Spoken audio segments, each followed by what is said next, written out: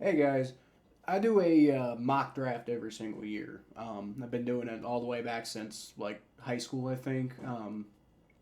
And usually I do it on Facebook Notes, right? But the notes feature just completely seems to have disappeared. I think they still have like the old notes are still saved somewhere and you can access them, but you can't add new ones anymore.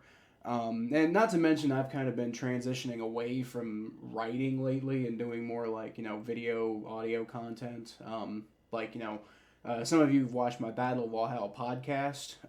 And if you haven't, you might want to check that out. It's pretty good. I don't really currently have any particularly huge plans for this channel.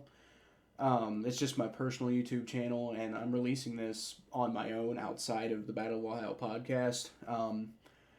Although, I mean, if you guys like this content, maybe I can do a little bit more content on my own going forward. Or maybe I just will anyway, I'm not sure. But right now, this is just something, I wanted to release my mock draft, and I can't really do it on Facebook Notes anymore. And I don't really want to do it in a written way anyway. I did put out a 7-round mock draft for the Bengals, which is something I also do every year. But I did that as part of, like, the podcast, too. So if you guys are interested in who I picked for, the Bengals strategy on that one, go over to the Battle of Ohio podcast channel and you can see that. I'm going to do a little bit of a different style of mock draft this year. I'm going to be doing it on camera here, and I'm just going to talk through who I'm expecting each team to draft at each position based on who's already gone in my mock. So, I mean, obviously, the second I get one pick wrong, then the entire rest of the thing could be screwed up because then the board looks different and people are looking at different things. And maybe one guy who I thought was going to get taken early, he's on somebody else's board pretty high and then just screws up the whole thing. But I'm going to try to be as close to accurate as I can. Here, I'll also put a list of the picks in the description. And remember, I'm going for accuracy on this one.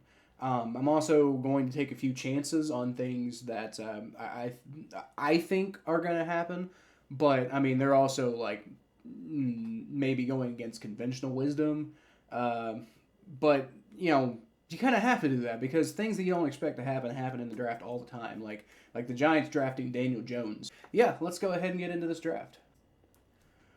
With the first overall pick in the 2021 NFL Draft, I am predicting. Big shock. Trevor Lawrence, quarterback, Clemson University. Anybody surprised? No, because you shouldn't be. That's who they're taking. I saw again, referencing back to my 7-round mock draft for the Bengals, I ran a PFF simulator, and they had Justin Fields being selected over Trevor Lawrence by the Jaguars with the first overall pick. And I'm like we all know they're taking Trevor Lawrence. This is not. I'm probably speaking too long about it right now. Like the Jaguars are going to take Trevor Lawrence. He's big into pushing the ball down the field, and he likes to use his athleticism to make plays happen. I mean not only is he like the greatest quarterback prospect since Andrew Luck, and nobody in this class even compares to him. I mean, he just fits so perfectly with what you would expect Urban Meyer to try to do. So I mean, this is a no-brainer. They're gonna take Trevor Lawrence. Any other thought processes are ridiculous. With the second overall pick, the New York Jets are going to select Zach Wilson, quarterback from BYU. I think this is another one that we all kind of know what's happening. The rumors have been flying out for a while that the Jets are enamored with Zach Wilson and they are sure that is the guy who they want to be their quarterback. Obvious. I mean, the Jets traded Sam Darnold to Carolina, so we know we know they're pretty much have no choice but to go quarterback here. There was some talk about maybe they're going to get Jamar Chase, maybe they're going to go get Penei Sewell, maybe they're going to take one of these top tier blue chip prospects other than quarterback and try to stick around with Sam Darnold. Well, they didn't. Now they have no quarterback and they have the opportunity to go get one of the best quarterbacks in this class. Now, I'm not as big of a Zach Wilson fan as a lot of other people are, primarily because of some of the character concerns I've heard about him there. But doesn't seem like the Jets are. So I think it's pretty obvious what they're going to do here. They're going to take Zach Wilson and we're going to move on to the 49ers.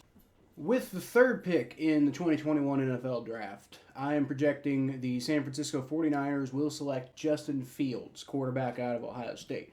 3 quarterbacks in a row.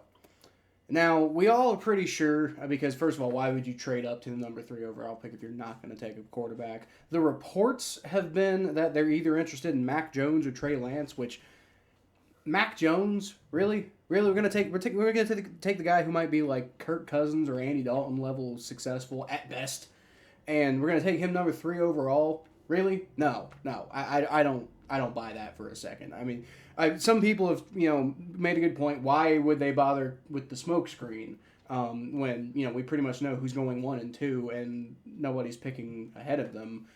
There's no reason to lie or anything like that necessarily, but I cannot wrap my head around Mac Jones being taken that high. I mean, maybe I can wrap my head around him being in San Francisco, but I mean, even then, like, why would you take him that high? That's just ridiculous to me. Trey Lance is the other guy people have been saying they've been looking at, but I think Justin Fields has a higher ceiling with the San Francisco offense than what Kyle Shanahan tries to do. People say, oh, he's nothing like Jimmy Garoppolo. That's why Mac Jones makes sense to them, because he's like Jimmy Garoppolo. But I don't think Kyle Shanahan really wants a Jimmy Garoppolo. I just think that's what that's the hand he's been dealt in his career. That's just what he has. That's not necessarily what he wants. So, Justin Fields, San Francisco 49ers. Pick number 4, the Atlanta Falcons, I think are going to take, in my opinion, the best non-quarterback in the draft this year, which is Kyle Pitts, the tight end out of Florida. Now, I've been on record saying I want this guy to be the Bengals pick at number 5. He's not going to be. The Bengals don't really value tight ends like that, and I don't think recognize just how good Kyle Pitts is as an overall prospect, as a pass catcher in general. But in this scenario, I don't even think they're going to need to make that decision, because I think Kyle Pitts is going to be recognized across the NFL, especially with the Atlanta Falcons, as somebody who is just, transcendent as a talent. I mean, the Falcons are the biggest wild card in the top 10 because, they could go quarterback. They really need defense. There's a lot of different things going on there, but I think, especially with the rumors that Julio Jones is on the trading block, I think the Falcons are going to go for a pass catcher because there's a lot of elite talent there at that pick. That could mean that they're going for Jamar Chase, which would not be ideal for Bengals fans, because Bengals fans are wanting Jamar Chase, or the Bengals themselves are wanting Jamar Chase. But I don't think that's going to happen. I think the Falcons are going to recognize who is the best, probably overall talent in the draft this year. That's not a quarterback, and that's Kyle Pitts from Florida.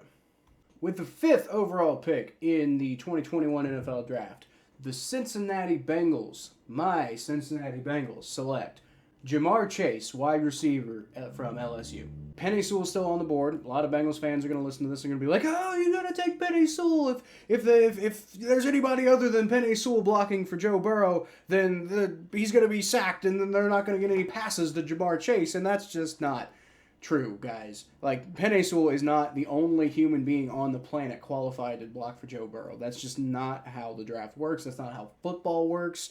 I know Penei Sewell's really good. He's, by far and away probably the best offensive line talent in this year's draft. There's some arguments out there for Rashawn Slater. I don't buy into those. I do think Penei Sewell is the best talent. There's a lot of guys who can block for Joe Burrow. I think you bring in somebody like Jamar Chase, and it's going to be back. It's going to be like AJ Green was on, back in his prime again. It's going to be like nobody's going to be able to stop this Bengals offense if Joe Burrow is feeling comfortable. Which again, you can address the offensive line. There's guys in the second round. I would love to see Tevin Jenkins at 38. I don't know if he falls, but if he does, now you can. If they pick Penei Sewell, I won't be upset. I don't think anybody's going to be upset if they pick Penei Sewell, except for like insane people. But I think it's going to be Jamar Chase. Whether you want to argue whether it should or shouldn't be, it doesn't matter. I think it's going to be Jamar Chase unless, for whatever reason, the Falcons take him. In which case, then it'll probably be Penei Sewell. At pick number 6, the Miami Dolphins are selecting Jaylen Waddle, wide receiver out of Alabama. If the Dolphins are serious about trying to be competitive with Tua Tagovailoa, who they seem committed to for now, they're going to need to make a huge upgrade to the receiving core. You know, all these all these drops, mainly the drops, just got to stop happening. You got to have more talent there in the wide receiving core, and you got to have guys who, you know, are familiar with and trust Tagovailoa. And Jaylen Waddle's one of those guys. I thought for the longest time this pick was going to be DeVonta Smith until he measured 166 at his pro day, in which case I think he's going to fall quite a bit in the draft. Jaylen Waddle has familiarity with Tua Tagovailoa, and he's, you know, really good. He's got all the measurables you could want. The production just wasn't quite there. And there's a little bit of an injury history that's a little concerning. But other than that, he's super dynamic. We don't even know what Will Fuller is right now. We don't know what Lynn Bowden is right now because, like, I thought he was going to be great. But, I mean, he just has not, like, been, like, any sort of inspiring since he got traded immediately from the Raiders and didn't do anything with the Dolphins. Devontae Parker can't hold on to the ball. Yeah,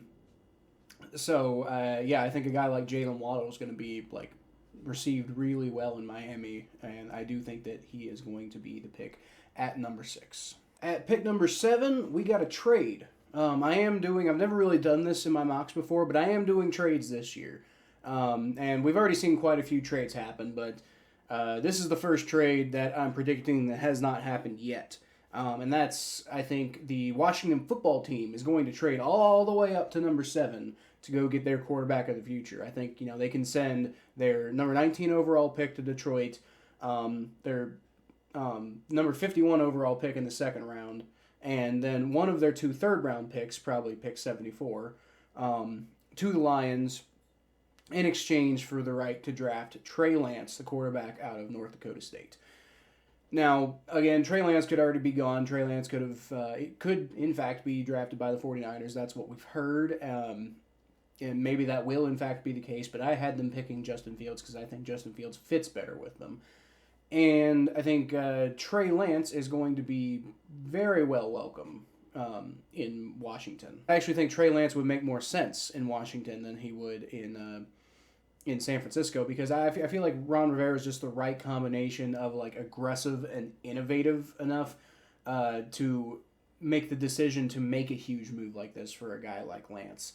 And he's got so much upside. It just hasn't quite been realized yet, and that's part of why I think I think that arm and that athleticism combination are what is going to entice the 49ers to go with Justin Fields, and as a result, Trey Lance is the last great quarterback left on the board for the Washington football team to go get at number 7. And now at the number 8 overall pick, you've got a bit of a dream scenario, I think, here for the Carolina Panthers. What they're going to be looking for is some sort of offensive line help, and wouldn't you know it, Penei Sewell's right there at number 8. The Carolina Panthers are going to see Penei Sewell sitting here at number 8, and they're going to just sprint up to the podium, man. They're just going to be like, oh my God, Penei Sewell's available, and they're going to lose their minds, and they're going to go pick up a guy who could potentially be a Hall of Fame left tackle. Or maybe even a right tackle. I don't know. But I mean, he could play him in at guard. You could play him anywhere. Penei Sewell is incredible. And he might not be the most polished offensive tackle in this draft class. Rashawn Slater is probably the guy who you're going to target for a guy who's got a lot of promise and has a really great resume on top of that. But I don't think his upside is nearly as high as Penei Sewell's. With the 9th pick in the 2021 NFL Draft, the Denver Broncos select Patrick Surtain II, cornerback out of Alabama. Now, ideally, I think the Broncos would like to trade up and or land one of the top quarterbacks in this year's draft, but in my scenario here, the Washington football team outbids them for the number 7 spot, and the Falcons decide to stay put and run with Kyle Pitts. So the best quarterback left on the board is Mac Jones. So it's time to start looking at non-quarterbacks, I think, at this point. Other than quarterback, the Broncos have plenty of other holes to fill, so I think that they're going to take the opportunity to do that rather than reaching for a middling quarterback prospect at this position in the draft. So you got Patrick Surtain II, who's expected to be just as good of a cornerback as his three-time Pro Bowl cornerback father. The guy's an all-around great boundary corner who can also play nickel if need be. It's a no-brainer for a Broncos defense who could really use someone to pair with an incoming free agent in Kyle Fuller. They got to have some sort of infusion in talent here, and I think Patrick Surtain is probably might be the best defensive player in the draft this year. If not, he's probably the one that fits the Broncos the most. So, yeah, Patrick Surtain II to the Denver Broncos at number 9. At pick number 10, the Dallas Cowboys are going to select Jaycee Horn, cornerback out of South Carolina. I'm betting the Cowboys are going to be licking their chops as they're watching Surtain fall to them at number 10. And then, wouldn't you know it, the Broncos come in, they're like, nope, we got him. So the Cowboys, who desperately need to upgrade their secondary, especially after losing Byron Jones last year, I think. They got to give Trayvon Diggs some help. And not to mention, Pro Football Focus had them ranked as the 6th worst defense in terms of pass coverage last year. They had a 45.5 pass coverage grade. That's terrible. He could play in the slot, but he protects best on the outside, which is where I think the Cowboys really, really, really need some help. The only thing that I think makes the Broncos want to take Surtain over him is the fact that Jaycee Horn has kind of a problem with missing a lot of tackles. But I don't think that should scare the Cowboys off, considering the fact that Patrick Surtain's gone. Jaycee Horn is just as good of a player as Patrick Surtain, except for a couple specific areas. At pick number 11, the New York Giants select Kwity Paye, edge rusher out of Michigan. He doesn't really fit the Giants from a traditional defensive end perspective, but he did whittle his body down to 261 for his pro day, which could easily allow him to fit in to the Giants' 3-4 system as a standing up outside linebacker edge rusher. Just to be completely frank, I think Kwity Paye's potential is just way too much for Dave Gettleman to pass up, and I've been seeing him fall, to the later end of the first round, and even to the second round. But I don't think that's going to happen. I think Dave Gettleman's going to see him and be like, "Oh, this is my guy." With the 12th pick in the 2021 NFL Draft, the Philadelphia Eagles select DeVonta Smith, wide receiver from Alabama. I thought he was going to go to the Dolphins originally at the number 3 pick, and then they traded down and traded back up, and I figured he'd go at number 6 to the Dolphins, but then he weighed in at 166 at his pro day, and I was just like, whoa, something's amiss here. So, Jaylen Waddle made more sense to me at that point. He is a really, that weight terrifies me, and I wouldn't want him on the Bengals or anywhere in the AFC North because he'd get broken like a twig. I think he could be a good slot receiver, maybe even a good Z. I don't think he'd be a good X, but he could maybe be a good Z, definitely a good slot player for the Eagles. I keep hearing that Zach Ertz is going to get traded, so you got that. But him, Jalen Reagor and Jalen Hurts need some help to make that offense go. And I think DeVonta Smith would be somebody, if you use him the right way in the NFL, then you're going to get a lot of great production out of him, just like Alabama did. With the number 13 pick, the Los Angeles Chargers are going to take Rashawn Slater, the offensive tackle out of Northwestern. We already talked about him a little bit. He's got the resume, and he's got a lot of potential. I think he fits best as a right tackle at the NFL level. But either way, the Chargers need help all across the offensive line. They tried to address it a little bit last year with Trey Turner, and that didn't go out so well for them. So I think 13 is the perfect spot for Slater. He's absolutely a first-round talent. I just don't think he's one of the blue chips. You don't have to trade up and try to go get Penei Sewell. You don't have to trade down and a bunch of picks to go get somebody who's just not that one blue chip. Rashawn Slater's pretty close. I don't think there's a lot more room to grow with Rashawn Slater. I think I think what you're seeing now is pretty close to what you're going to get with him, which is pretty damn good. But if you're looking for a true, plug and play and, get consistency out of a guy kind of player, Rashawn Slater, especially with what's left on the board, Rashawn Slater's it. And that's what the Los Angeles Chargers really need. At pick 14, we've got our first guard coming off the board. That's going to be Alijah Vera-Tucker going to the Minnesota Vikings, the offensive guard out of USC. I think the Vikings would have loved to get Slater at this spot to replace Riley Reif, but, he's not here anymore. He just got taken the last pick, and Vera-Tucker would be just as much of an upgrade as anyone on the Vikings offensive line that was absolutely abysmal at pass blocking last year. You could swing Ezra Cleveland out to fill one of those tackle spots. If you don't get Rashawn Slater falling to you, go get Alijah Vera-Tucker, put him on the interior, swing Ezra Cleveland out because he's got that potential.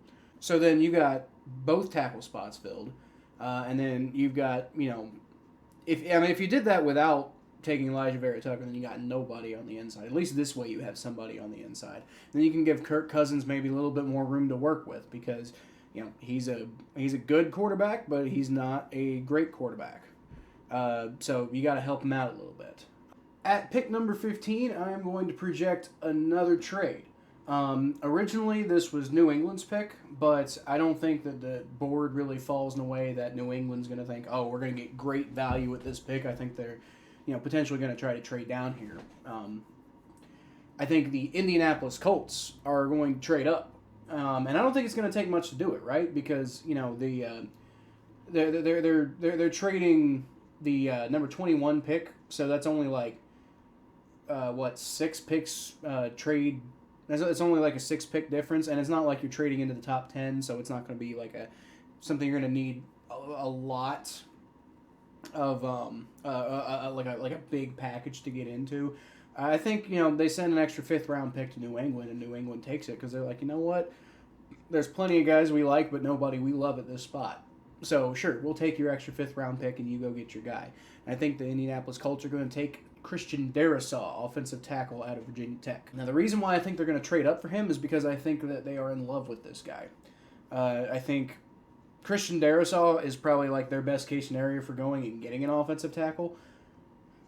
Which you could make the argument that the Colts don't have desperate need for offensive line, but man, if they go get somebody like Christian Darrisaw, then you've got Ryan Kelly, you got Quentin Nelson, you got now Christian Darrisaw, all on the same offensive line, and you're going to give, at that point, I think Carson Wentz his best chance to succeed. And Carson Wentz is going to need, I think, just because of those confidence issues, Carson Wentz is going to need some help to get back into the form that he used to be in. And I think going and getting a great offensive tackle like Christian Darrisaw, who, by the way, has reportedly made good friends with the Colts East Coast scout and has talked up saying, oh, hey, I want to be in Indianapolis. That sounds like a great place to be. It just seems like all the cards are on the table there for the Colts to want to go get Christian Darrisaw.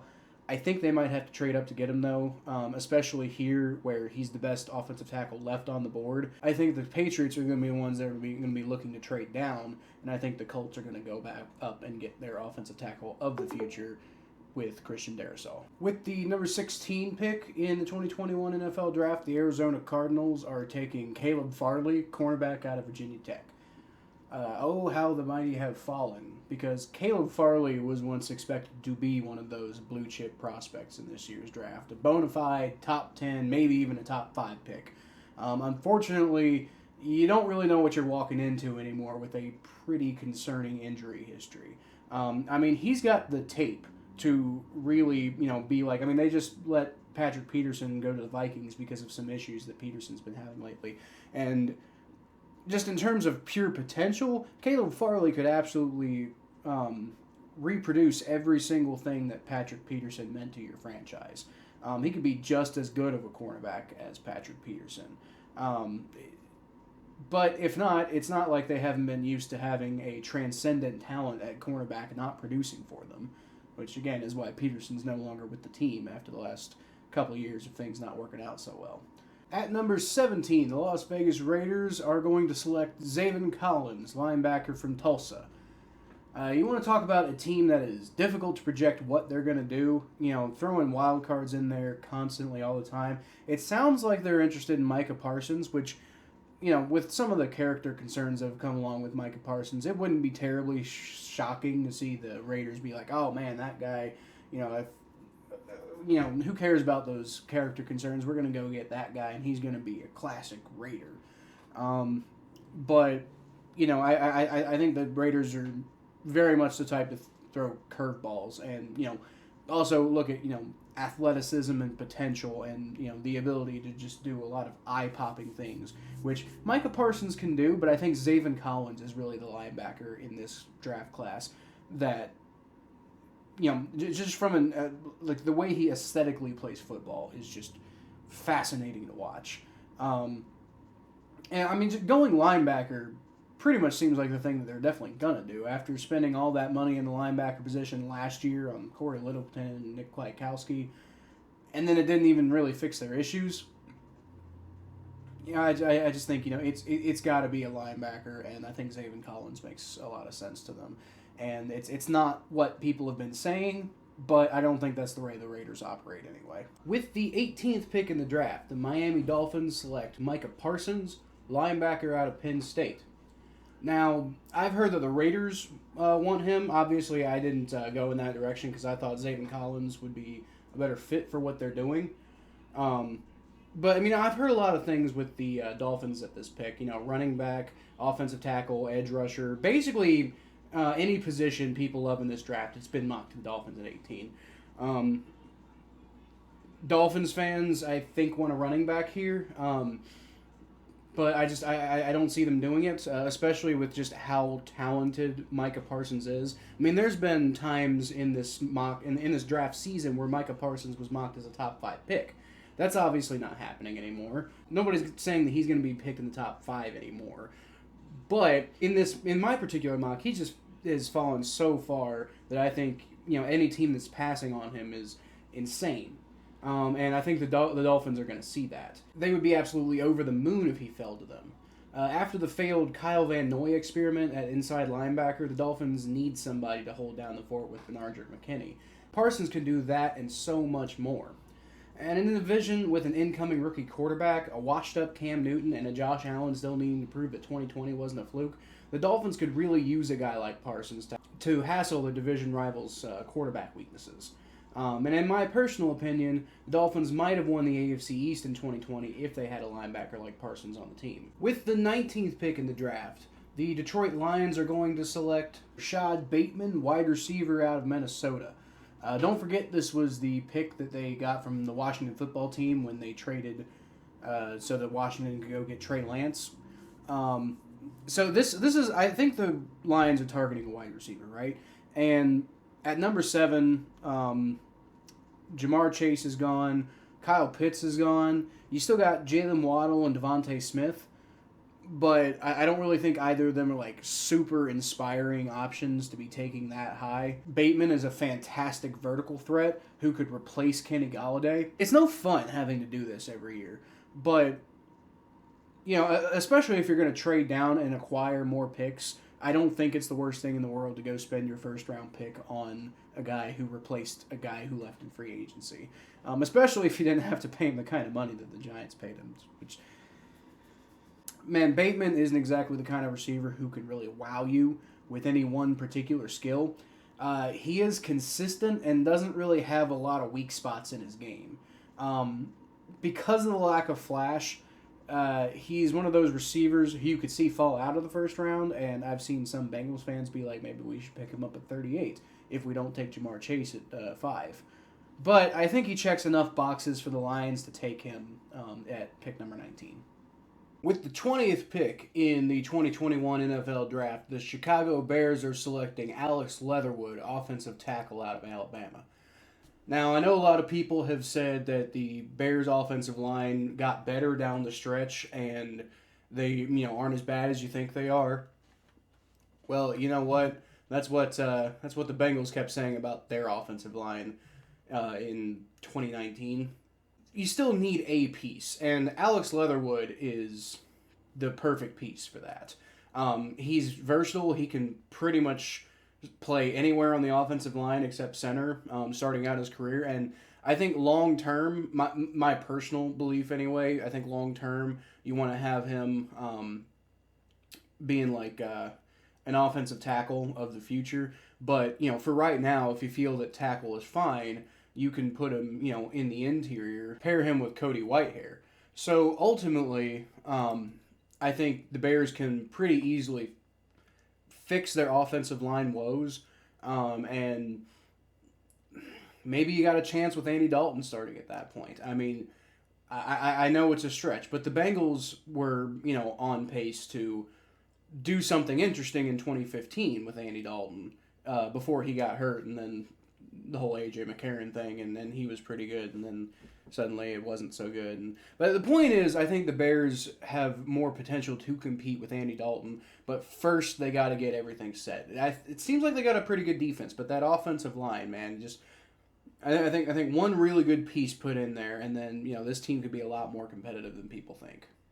With the 21st pick, the New England Patriots, who received this pick from the Indianapolis Colts, who traded up earlier for Christian Darrisaw, are selecting Jeremiah Owusu-Koramoah, linebacker from Notre Dame. There are some, Brett Coleman in particular had a really good video about this, who believe that Jeremiah Owusu-Koramoah is the best linebacker prospect in the 2021 NFL Draft. Personally, I think he's fantastic. I'd love him on the Bengals if we didn't have so many other holes to fill. Well, that and the idea of taking a linebacker at 5 is kind of insane right now. But I think Owusu-Koramoah, he's the kind of guy who can wear so many different hats. I've seen him compared to Lavonte David just because of his... He's a bit undersized, but he completely makes up for it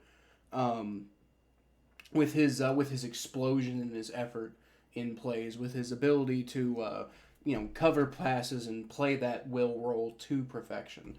So I really like him going here to the New England Patriots and hopefully helping shore up that defense, which was definitely part of the problem in 2020. With the 22nd pick, the Tennessee Titans, I have them taking Greg Newsome, the second cornerback from Northwestern.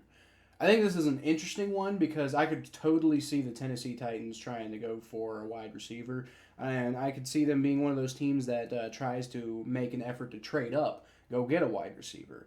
They're not going to have to go as far as some of these teams that are trying to trade to get quarterbacks, but if they don't, which I don't have them in this mock, so if they don't trade up and go get a wide receiver and the board falls the way it does, I'm thinking that they're going to be, cornerback is another big need for them. And I'm thinking that the way the board is, they're just not going to really see any value in taking a receiver at this point in the draft. So I think, Greg Newsome, the second, you're taking a little bit of a risk on his injury concerns, but that's what you're going to get with, pretty much anybody at this point in the draft. If you're going for a guy who could be like, a big star, there's always going to be some sort of red flag that kept him away from being like a top 5, top 10 pick.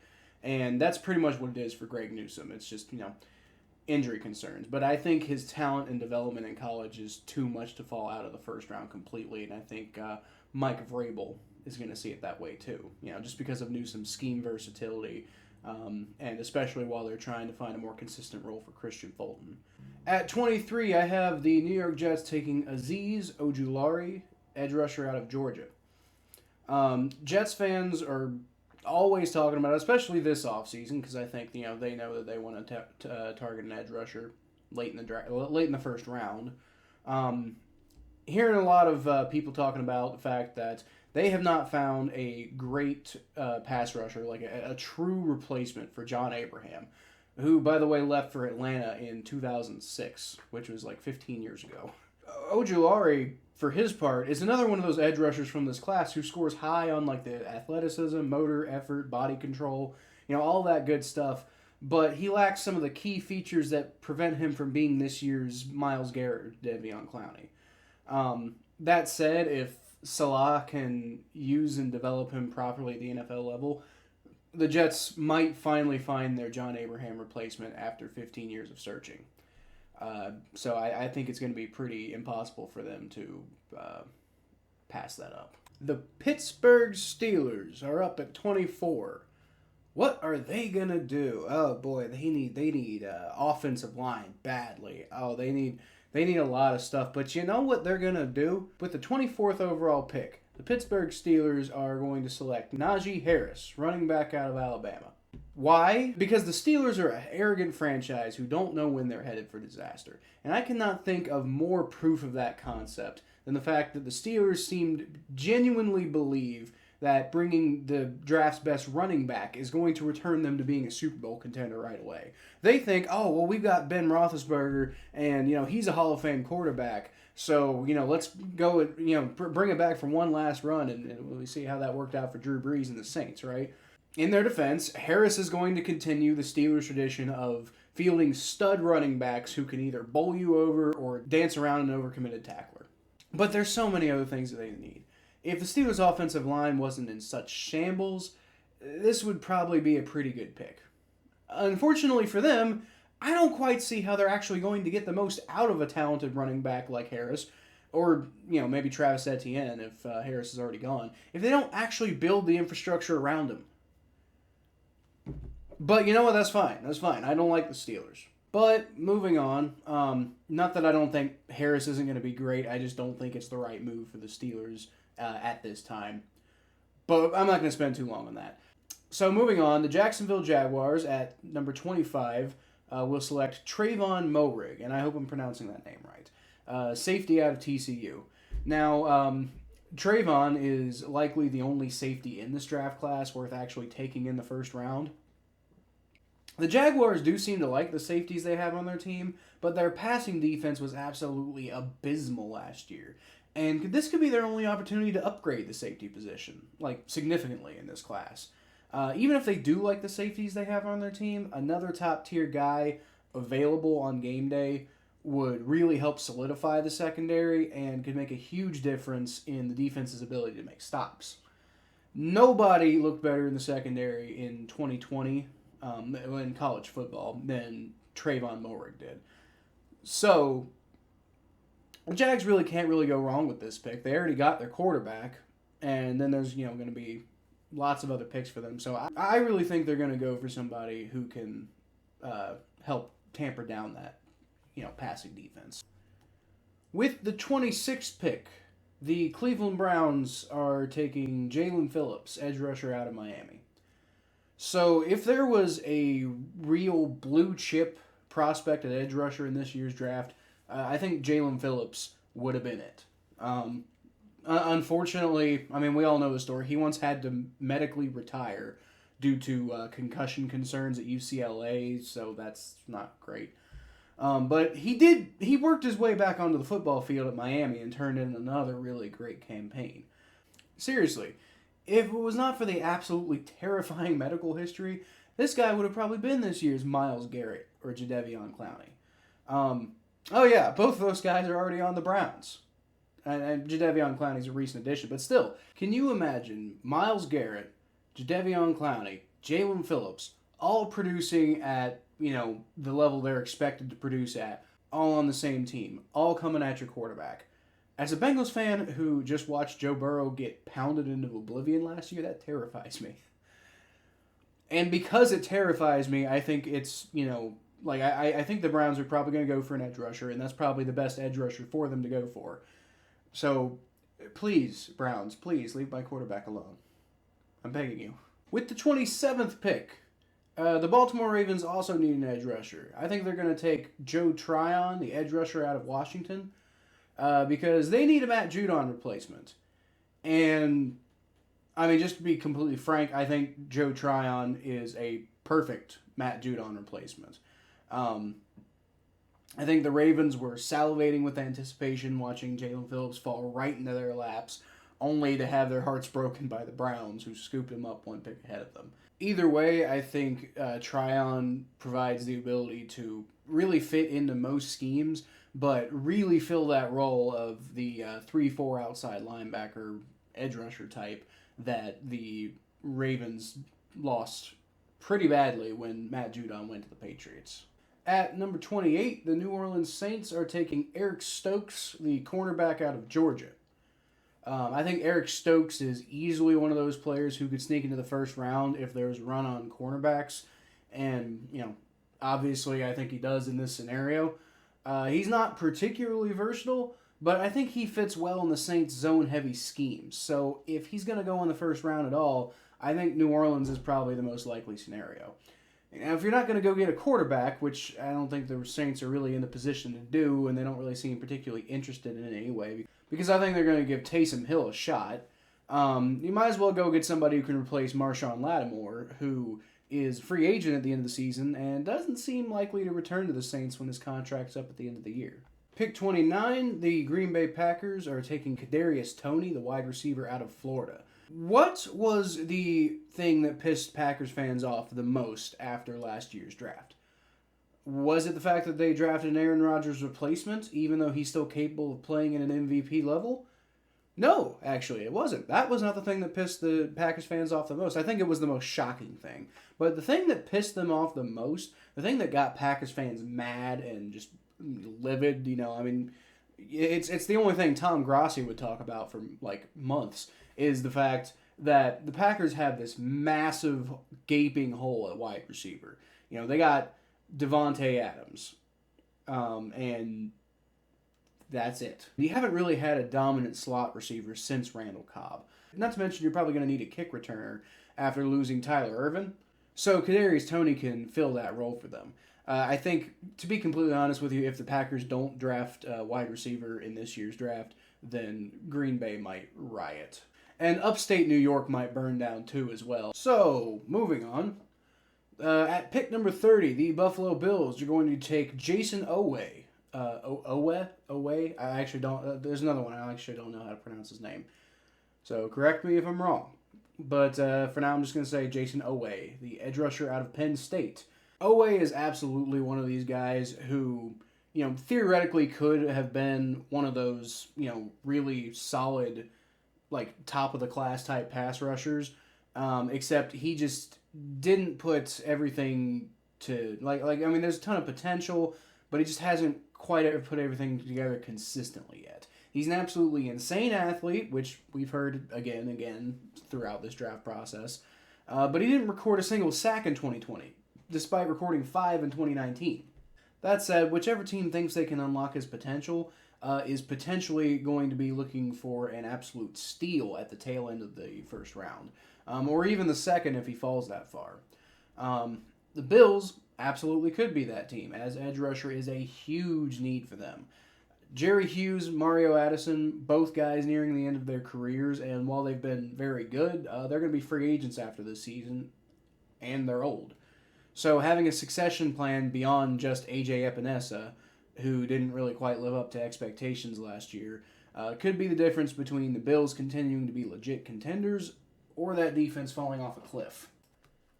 So the final trade of the first round actually took place hours before I started making this video. I actually kind of had to...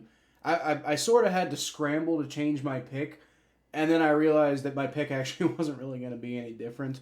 The guy I originally had the Kansas City Chiefs taking here at number 31 overall is the same guy I'm going to have the Baltimore Ravens taking at number 31 overall. So the Kansas City Chiefs traded their pick to the Baltimore Ravens for Orlando Brown Jr., which removes the need that I was going to take for the Chiefs here and gives the Baltimore Ravens that same need. So I think the Baltimore Ravens are going to take Samuel Cosmi, the offensive tackle out of Texas. I mentioned how that through this trade, the Chiefs essentially transferred the need that they were going to address with this pick to the Ravens. But it was already, offensive line was already kind of an issue for the Ravens. And now that issue is 100 times bigger.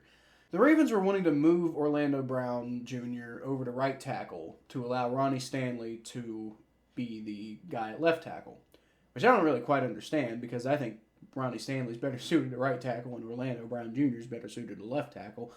But I'm sure the Ravens coaching staff knows better than me. But, I digress. Samuel Cosme, I think, would be an ideal replacement for Brown because his natural position is right tackle. Now, he wouldn't be an ideal replacement for who Orlando Brown Jr. really is, but he would be an ideal replacement for what the Ravens were trying to get out of him. Samuel Cosme is a great right tackle. So if you're going to put Ronnie Stanley at left tackle, then, take Samuel Cosme and you can stick him at right tackle. Finally, with the 32nd pick, the Tampa Bay Buccaneers are taking Christian Barmore, defensive tackle out of Alabama. So what do you give a team that seems like they have everything? I mean, we all know, we've been hearing it. The Buccaneers are the first team since 1977 to return all 22 starters after winning the Super Bowl. So it kind of seems like, why mess with success? But they do have this pick, and there's really only a couple of directions they could realistically go with it. Maybe if Alijah Vera-Tucker falls, you could maybe see him going here because right guard is probably about the only position I think the Bucs really could need on the entire offense. On defense, you really don't need a lot of upgrades, but their starters are aging rapidly at that particular position. And Ndamukong Suh and William Golston will both be over 30 when the season starts, and both are going to be free agents at the end of the year. So the way the Bucs are currently set up, making a bit of a luxury pick is totally within the realm of possibility and would totally make sense. So that's it for the first round.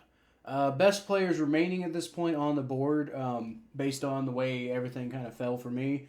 You got Mac Jones, quarterback out of Alabama, who everybody seems convinced is going to go in the first round. I don't see it. I don't think he's going to be really good.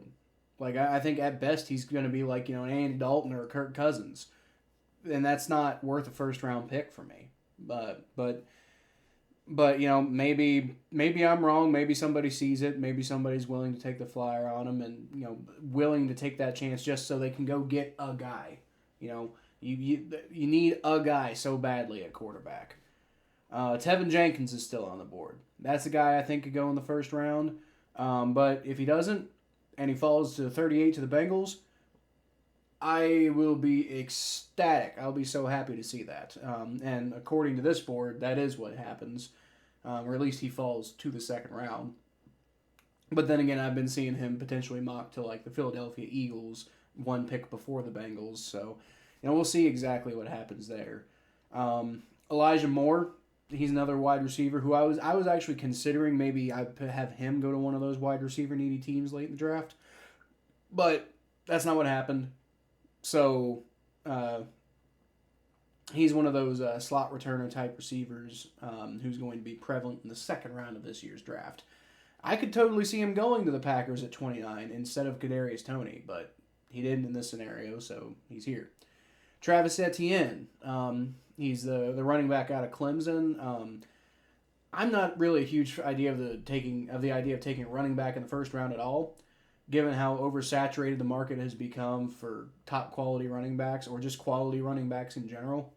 Calling them a dime a dozen seems degrading, but there's some truth to that.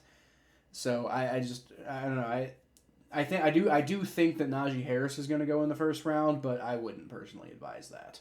But Travis Etienne's still on the board for anybody who might want a running back in the second round, which is, I think, a good round to go get a position like that. Landon Dickerson, the inside linebacker. Landon Dickerson, the inside offensive lineman out of Alabama. Poor Landon Dickerson. He could have been a first-round draft pick this year. One of those guys who sneaks into the later rounds of the draft. But his stock has dropped like a rock ever since more attention has been paid to his history of serious injuries. He's had 4 season-ending injuries due to either issues with his knee or ankle, and most of them required surgery. So while he might be the single best interior offensive lineman in this year's draft, those injury concerns, I've seen people talking about he could slide all the way to the 5th round. And just from a Bengals perspective, seeing all these guys who, all these offensive linemen who start their careers with injuries for the Bengals, that would scare me off. I'd take him in the 4th or 5th round. But before that, it's just I don't know if I want to risk it with him having that many issues with injuries. Just is he going to develop? Is he even going to play? We'll see. Terrace Marshall Jr., the wide receiver out of LSU, is still on the board. And don't forget, this is the often forgotten member of that absolutely devastating passing attack from the 2019 National Championship LSU offense. Everybody remembers Jamar Chase. Everybody remembers Justin Jefferson. And everybody particularly remembers what Justin Jefferson became in the NFL. And a lot of people even remember Thad Moss just because of his name and his connection with Joe Burrow. But a lot of people forget that Terrace Marshall was a 5-star recruit. He was the most highly recruited of all of them coming out of high school. And, unfortunately, injuries and inconsistency caused him to, kind of fall a little bit more to the background. But I think, he's going to be a steal in the second round. I think, if a team can really get the most out of him, he's going to be exciting. Liam Eichenberg is another one. He's got short arms. So, I mean, that's pretty much the issue with him. That's the only issue I've really been able to see with him. So, if you don't mind short arms, Liam Eichenberg could be a really good tackle. Not really not a really versatile option, but somebody who, if you play him at tackle, he should be able to get the job done. Jamin Davis, the linebacker from Kentucky, I've seen him as high as, pick 26 or something like that. I've seen him as low as, the 4th or 5th round. I don't think anybody can really get an idea of what is going on with him. He's not really much of a pass rusher, more of like a will or developmental Mike linebacker. But I mean, there's guys like that who are going in the top round of the draft. There's what's his name, Jeremiah Owusu-Koramoah going to New England Patriots. I could see if there's a after him, if there's a linebacker, if there's a team that wants to address linebacker, I could see them going with Jamin Davis, but again, I could also see him falling because as a Kentucky fan, I can tell you he absolutely has the talent of a first round selection, but he didn't really put it all together at the same time consistently in one season as a starter. So, understandably, that's going to scare some teams off, and it might scare a lot of teams off, multiple times. So like I said, that's pretty much it, guys. Let me know what you think. Obviously, I'm going to get a lot of these wrong because that's just kind of the way the draft goes, especially in the later rounds because, once wrong picks start being made, then the board just looks completely different. And then I'm making these picks based on the board that I'm assuming is going to be there based on the picks that I made. So we'll see what happens. But I wanted to try the mock draft in a little bit of a different format this year. Like I said, I might start making more content on my personal channel. I might not. I'm always going to be making content on the Battle of Ohio podcast, though. So for my Bengals and Browns fans, go check that out. You get a really interesting perspective on that podcast, and I don't think you really get anywhere else. There's